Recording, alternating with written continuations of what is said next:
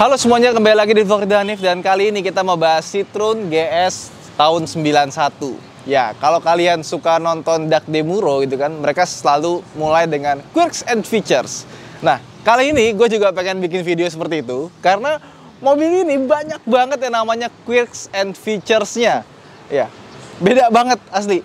Jadi pas gue ngeliat mobil ini gitu kan, gue cari tentang mobil ini, gue lihat video-video yang relevan soal mobil ini gitu. Ternyata ini mobil bener-bener beda, nggak cuma pada zamannya, sampai sekarang pun juga mobil ini masih kelihatan radikal mungkin ya gue bilang ya. Karena banyak banget yang berbeda di mobil ini dibandingkan dengan mobil yang kita lihat pada umumnya. Nah, kenapa mobil ini sangat spesial, sangat menarik untuk diulas, dan sangat aneh gitu ya. Saksikan terus di video ini, jangan lupa untuk like video ini, subscribe jika kalian belum ke channel ini. Saya Hanif, kali ini kita mau bahas Citroen GS tahun 91.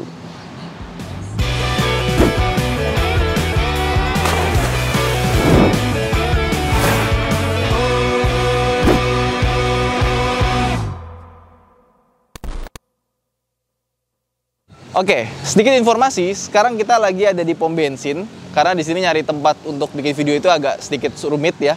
Nah, tapi pom bensin ini besar sekali dan jarak antara mobil kita parkir di sini bikin video dan pom bensinnya itu cukup jauh. Jadi insya Allah aman. Terus tadi udah izin ke petugasnya juga katanya boleh. Nah, biasanya kalau kita mulai mobil tuh kita bahas desain segala macamnya dulu. Tapi gue pengen ngebahas quirks and features-nya dulu. Karena mobil ini bener-bener unik gitu. Kalau kalian familiar dengan Citroen DS gitu ya. Nah, Citroen GS ini adalah varian yang lebih murah dari Citroen DS. Nah, mobil ini pertama kali meluncur itu di Eropa, di Prancis tepatnya, di tahun 1970. Dan pada waktu itu pas orang lihat tuh, wih, desainnya keren amat gitu kan. Karena memang Citroen itu, dia tuh berpikir kreatif gitu. Mobil-mobilnya mereka itu sebelum dibeli Peugeot, itu memang bentuknya aneh-aneh. Terus juga secara teknis juga aneh-aneh. Quirks and features pertama yang sangat gue kagumi dari mobilnya adalah suspensinya. Dia menggunakan suspensi Hydra Pneumatic Suspension. Dia bukan air suspension dan bukan suspensi hidrolis pada umumnya. Nah, ini keren banget loh. Kenapa gue bilang keren? Karena sebenarnya dari tahun 1950-an ya. Ini tuh luar biasa nyamannya. Jadi dia ini sangat nyaman sekali. Bahkan saking nyamannya, itu Rolls-Royce itu membeli royalti dari Citroen untuk menggunakan suspensi hidropneumatiknya di mobil mereka. Dan Mercedes-Benz juga meniru hidropneumatic suspension untuk varian mobil mereka juga. Kalau nggak salah S-Class generasi keberapa gitu, lupa gue. Nah, hydropneumatic suspension ini bener-bener ahead of its time pada zamannya ya. Gila, tahun 1950-an, meskipun mobilnya tahun 1970, ini bener-bener sangat nyaman. Dan dia bisa diatur ketinggiannya. Jadi kayak air suspension ya, bisa naik turun. Kalau ini dia punya 3 level ketinggian. Ini kebetulan di level 1. Dan kalau kita parkir, nanti dia otomatis akan turun sendirinya. Kalau kita atur ke tingkat yang paling tinggi, itu suspensinya agak ajut-ajutan, nggak enak. Sekarang gimana sih cara kerja dari hydropneumatic suspension? Jadi kalau kalian biasa lihat suspensi biasa, itu kan cara kerjanya dia tuh terdiri dari 2 bagian ya. Yang pertama adalah springnya, bisa coil spring atau leaf spring. Nah, spring itu bagian yang memberikan ayunan. Jadi ketika kita lewat jalan jelek, dia akan mengayun. Karena ayunannya itu dia tidak terkontrol, untuk mengontrol ayunannya sehingga tidak terlalu liar gitu ya, digunakan shock absorber atau yang kita kenal dengan shock breaker. Nah, di hydropneumatic suspension yang berfungsi sebagai springnya itu adalah bolanya, di mana bola itu dibagi 2. Bagian atasnya itu berfungsi sebagai spring dan bagian bawahnya itu isinya oli, itu berfungsi sebagai shock absorbernya. Kurang lebih seperti itu. Dan kalau kalian lihat video zaman dulu, bagaimana mendemonstrasikan kenyamanan mobil ini, itu dibawa di ini loh, di rel kereta api. Mobilnya masih anteng, luar biasa ya. Kemudian quirks and features berikutnya yang menurut gue cukup aneh. Bayangin, dia punya velg 15 inci, cukup besar pada zamannya, biasanya cuma 14. Tapi dia punya baut cuma ada 3. Sama seperti Renault Kwid. Jadi dia cuma punya 3 baut, tapi ukurannya 15 inci. Nggak cuma itu doang. Kalau kalian lihat desain velgnya, pasti kalian kira, oh ini velg kaleng ya. Enggak. Ini velg racing beneran, tapi bener-bener ketutup, nggak ada lubangnya sama sekali. Aneh ya.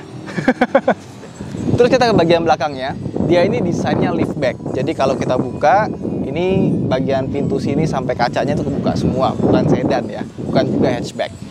Dari sini aja kita bisa lihat dia punya tombol pembuka bagasi itu yang cukup aneh.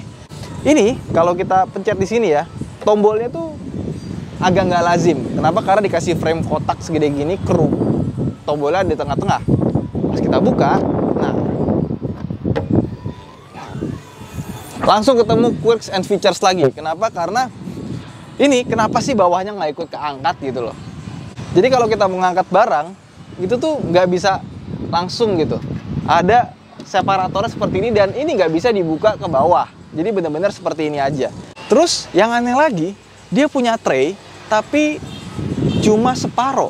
Jadi kalau kita tarik nih ya, terus kita tutup, nah ini kebukanya itu nggak full, kebukanya cuma separoh aja karena di sini ada tempat buat naruh speaker.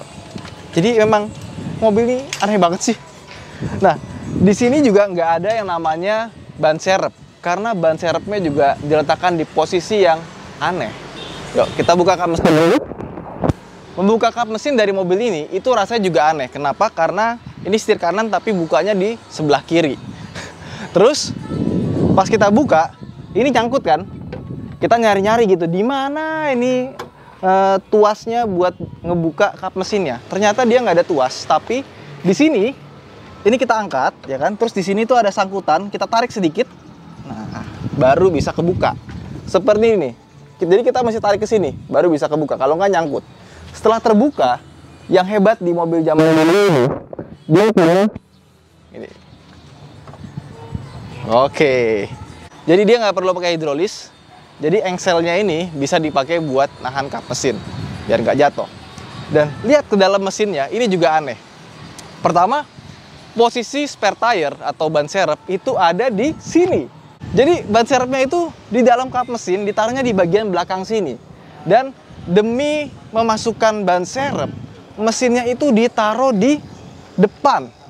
Terus teman-teman mungkin nanya, kok bisa sih mesinnya ditaruh di depan? Emang nggak ada radiatornya ya? Iya, ini nggak ada radiatornya. Jadi mesinnya bisa ditaruh ke depan banget. Dan di sini ada kipas besar. Katanya orang-orang yang punya Citroen sih, kalau dipakai macet-macetan kadang suka overheat karena dia nggak pakai radiator.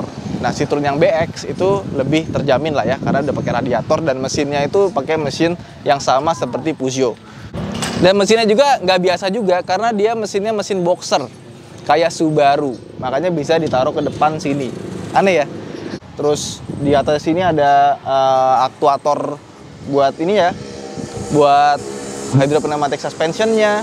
Terus ini karbunya kebetulan dari ganti sama karbu Kijang. Sama untuk yang versi Indonesia itu ada modifan di sini dikasih kompresor AC. Terus di situ ada tabung berwarna hijau, itu untuk hidroliknya. Dan di sini, ini yang gue bilang tadi, ini bola-bola hydropneumatic suspensionnya.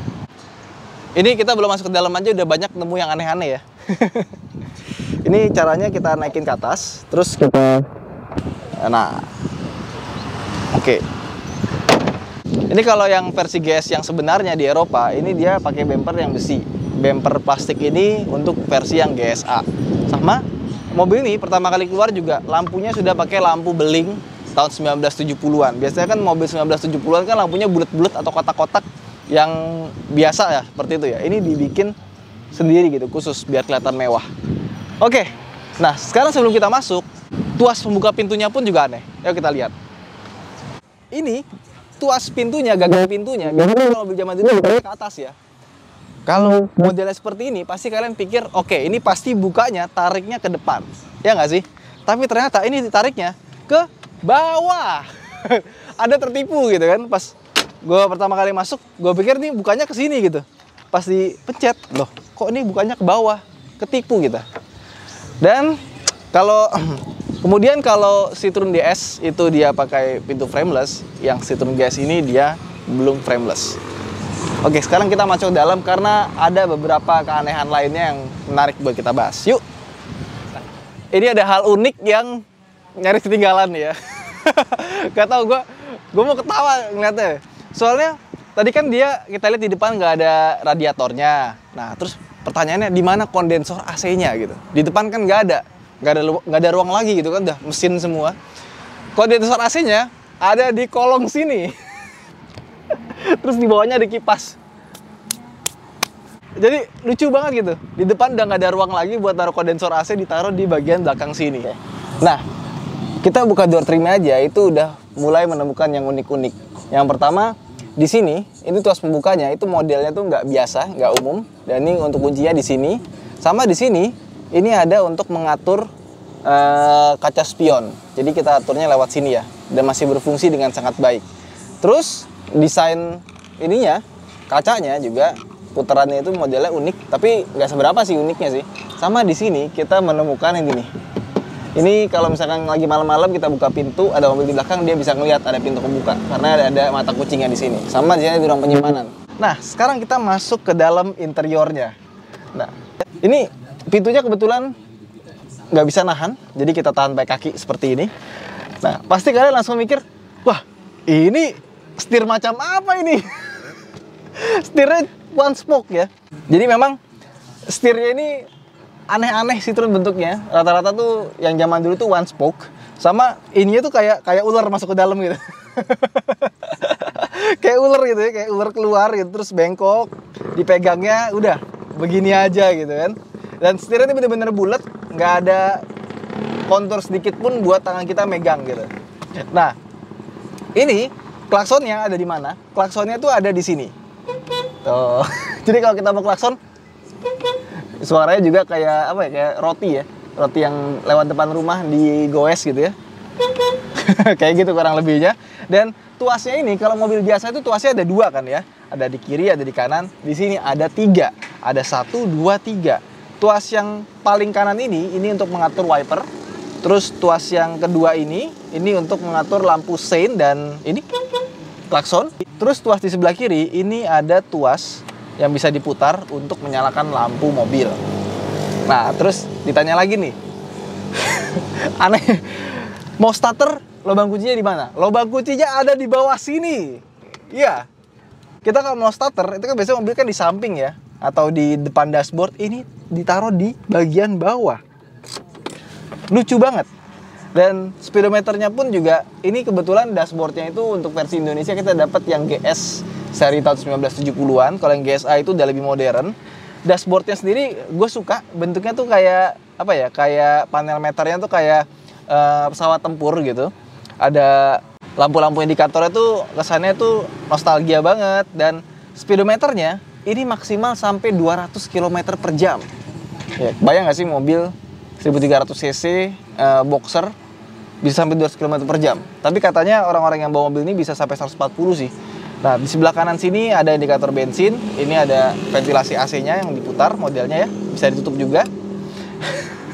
Terus ini ada RPM-nya. Dan di sebelah paling kiri ada jam merek Quartz. Terus quirks and features berikut yang menurut gue unik gitu ya. Biasanya kalau mobil itu ada rem tangan di mana? Di sini kan, atau mungkin di kaki. Ini ditaruh di depan sini. Biasanya mobil zaman dulu ada yang di sini juga kan. Ini ditaruh di sini dan ini kebalik. Jadi karena di Eropa itu dia pakai setir kiri, nah tombol buat ngelepas handbrake-nya itu adanya di sebelah sini. Jadi kalau kita pakai tangan kanan ini sebenarnya enak. Tapi kalau kita pakai tangan kiri, ini kelingking kita itu mesti neken. Dan itu agak aneh. Iya. Nah, balanya seperti itu. Dan di bagian sini, ini ada buat asbak ya. Kan jarang-jarang nih ada buat bukaan asbak tapi di atas. Biasanya ditaruh bawah. Jadi kalau orang zaman dulu ngerokok, tangan kiri taruhnya ke sini gitu, bukan di bawah sini. Sama di sini ada ventilasi AC. Nah, sebenarnya pengaturan AC yang bawaan Eropa itu dari sebelah kiri sini ya. Tapi karena ATPM-nya di Indonesia itu AC-nya berbeda, AC-nya ditaruh di bagian sini nih. Ada 1, 2. Ini kalau nggak salah yang sebelah kanan buat kecepatan anginnya. Yang sebelah kiri untuk temperaturnya. Terus di sini ada ruang penyimpanan. Di sini ada beberapa tombol ya. Yang pertama sebelah kiri ini untuk wiper belakang dan yang sebelah kanan sini untuk lampu hazard. Sebelah sini untuk aksesoris. Terus di sini ada sebuah ruang penyimpanan, di mana ruang penyimpanannya itu sangat-sangat sempit Apalagi ada saluran AC, jadinya ini kepotong. Tapi untuk mobil zaman dulu, di sini kita dikasih lampu yang otomatis nyala kalau misalkan kita buka. Tapi sekarang udah nggak nyala lagi ya. Nah, di sini ada ruang penyimpanan yang nggak begitu lega juga, dan di sebelah kiri situ ada buat yang gue bilang tadi tuh, buat buka kap mesin di sebelah kiri. Udah. Nah, buat teman-teman yang bertanya, radionya di mana gitu kan? Head unitnya ditaruh mana gitu ya? Kok di depan nggak ada? Nah, ini yang gue suka nih. Head unitnya itu ditaruh di bagian bawah sini. Jadi head unitnya ini kebetulan udah nggak standar, diganti sama Alpine yang punyanya Kijang ya. Ini ditaruh di bagian bawah sini. Bener-bener forward thinking banget ya. Karena kan kayak kita lihat Mercedes, BMW, Mazda, itu kan dia punya head unit, dikontrolnya kan dari sini. Nah, mobil ini juga sama. Jadi buat ngontrolnya itu, kita tinggal lihat depan, kita putar-putar aja di sini. Jadi BMW, Mercedes-Benz, Mazda, pokoknya yang udah pakai controller di sini itu semuanya ketinggalan sama Citroen. Nah, terus di sini ada tuas kecil, ini untuk mengatur ketinggian mobilnya. Kalau saran gue langsung aja pakai yang paling rendah, paling nomor 1, karena itu yang paling nyaman. Kalau yang paling tinggi itu jadi ajrut-ajrutan. Kemudian di belakangnya lagi ada ruang penyimpanan, dan kursi belakangnya kurang lebih seperti itu. Gak ada yang banyak sih yang bisa kita bahas dari belakangnya, jadi kita langsung aja jalan yuk pakai mobil ini. Oke, kita mau jalan, tapi sebelumnya kita starter dulu ya. Oke, udah di starter. Sekarang kita lihat ban belakangnya. Naik nggak tadi pas kelihatan? Nah, ini tadi kan dia ceper. Terus pas kita nyalain dia langsung otomatis naik. Dan naiknya itu agak cepet. Yuk, kita masuk, kita langsung jalan. Sebelum kita mulai, ini ada informasi sedikit bahwa ini seat beltnya itu nggak bisa ditarik. Nggak tahu ini rusak macet ya. Jadi yaudahlah, biarin aja. Kita nggak pakai seat belt, kita turunin rem tangan, rem tangan yang lucu ini. Koplingnya, ini jarak injekannya itu pendek banget loh. Jadi kita nginjek itu loh langsung mentok gitu kan. Dan koplingnya cukup enteng, sama remnya sih. Remnya ini kayak kita nginjek, kayak kita mencet tombol, karena bener-bener pendek banget. Dan ini remnya dia sudah pakai rem cakram. Nah, dan dia belum pakai power steering. Tapi kalau misalkan itu empuk ya. Dia belum pakai power steering, tapi kalau udah jalan ini enteng banget sih. Oh, larinya lumayan loh. Sama transmisinya ini lembut banget ya. Kita pindah gigi gitu ya. Ini lembut, koplingnya enteng, terus mesinnya juga halus, larinya sih biasa aja. Terus kalau udah jalan gini ya, gue bilang ya, ini tuh enteng banget. Nah, kita mau cari polisi tidur mungkin ya, untuk mendemonstrasikan seberapa lembut suspensi mobil ini. Gimana nih, kebetulan daerah mana sih namanya ini? Karangdowo. Karangdowo ini jalannya agak bagus ya. Ini kalau misalkan kena polisi tidur, kena lubang, ini suspensinya benar-benar smooth banget. Tapi kalau kita naikin ke yang paling tinggi, itu rasanya mental-mentul, keras. Nah. Iya, belok, nggak ada body rollnya loh. Bagus bener, luar biasa ini mobil ya. Nah. Waduh, 60 km/jam. Ya kita ambil kiri dikit nih ya. Tuh, gitu doang. Bayangin mobil tahun 1970 pakai suspensi hidropneumatik. Ini suspensinya sih luar biasa ya. Dan dia bisa jalan pakai 3 roda saja. Jadi kalau 1 roda itu lepas, dia itu tetap aman. Masih bisa dipakai jalan, bahkan lewatin jalan jelek.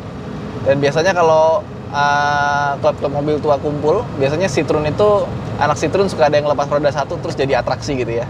Tapi kalau mau melakukan atraksi 3 roda, pastikan mobilnya dalam kondisi yang sangat baik. Karena kalau misalkan lagi nggak fit gitu ya, itu bisa pecah salah satu bolanya. Bola hidropneumatiknya itu bisa pecah, bisa rusak. Terus yang namanya suspensi hidropneumatik itu juga butuh perawatan khusus. Kata pemiliknya maksimal 4 tahun lah ya, itu masih diservis, masih ditambahin nitrogennya, terus dicek lagi ada kebocoran atau enggak. Biasanya tuh kalau misalkan bocor atau ada kerusakan, itu di starter itu dia nggak naik-naik suspensinya. Kalau misalkan dalam keadaan yang paling ceper, itu jalan tuh gesrot-gesrot. Tapi ini mobil luar biasa loh, nyaman banget loh. Larinya sih biasa aja ya. Cuma rasa-rasa instan ala karbu kijangnya masih ada. Asik, karbu kijang. Wih, mantap ya. Mantap. Si RV kalah loh suspensinya loh sama mobil ini loh. Si RV ini jalan begini nih, masih ada goyang-goyangnya ini. Ini bener-bener magic carpet ride, luar biasa. Nih, lompat nih, set. Tuh, enak banget suspensinya ya, luar biasa loh. Nih lagi nih ya, lompat, set. Tuh, gila nih suspensinya, enak bener. Halus banget suspensinya nih. Ini jalan desa ini harusnya agak goyang-goyang begini ya. Kalau naik mobil biasa pasti berasa. Naik ini bener-bener luar biasa. Ini sayang banget ya, suspensinya udah nggak dikembangin lagi ya. Padahal kalau dikembangin, wah ini luar biasa sih. Harusnya mobil-mobil mewah tuh pakai ini aja. Jadi kalau kalian biasa naik mobil tua gitu ya, tahun 1970, 1980, itu kan suspensinya keras-keras ya, atau enggak terlalu ngayun tuh kalau dibikin empuk ya. Tapi ini steeringnya masih oke, handlingnya masih mantep, body rollnya minim, tapi suspensinya benar-benar empuk. Enak sekali. Jadi kurang lebih seperti itu Citroen GS, mobil yang sangat menarik kalau kalian pengen punya barang koleksi gitu ya, karena benar-benar berbeda dengan mobil umumnya kebanyakan gitu ya. Mulai dari mesinnya beda, layoutnya berbeda, interiornya beda. Kayak ini mobil yang dibuat oleh makhluk dari planet lain. Ya, seriusan. Beda banget sama mobil-mobil yang pernah kita coba sebelumnya. Itu aja mungkin vlog kita kali ini. Buat teman-teman yang punya pengalaman dengan Citroen GS, bisa langsung komen di bawah seperti apa mobilnya dan bagaimana merawatnya. Saya Ridwan Hanif, terima kasih telah menonton. Jangan lupa untuk follow sosial media saya di Instagram dan Twitter. Sampai jumpa di vlog berikutnya. Bye!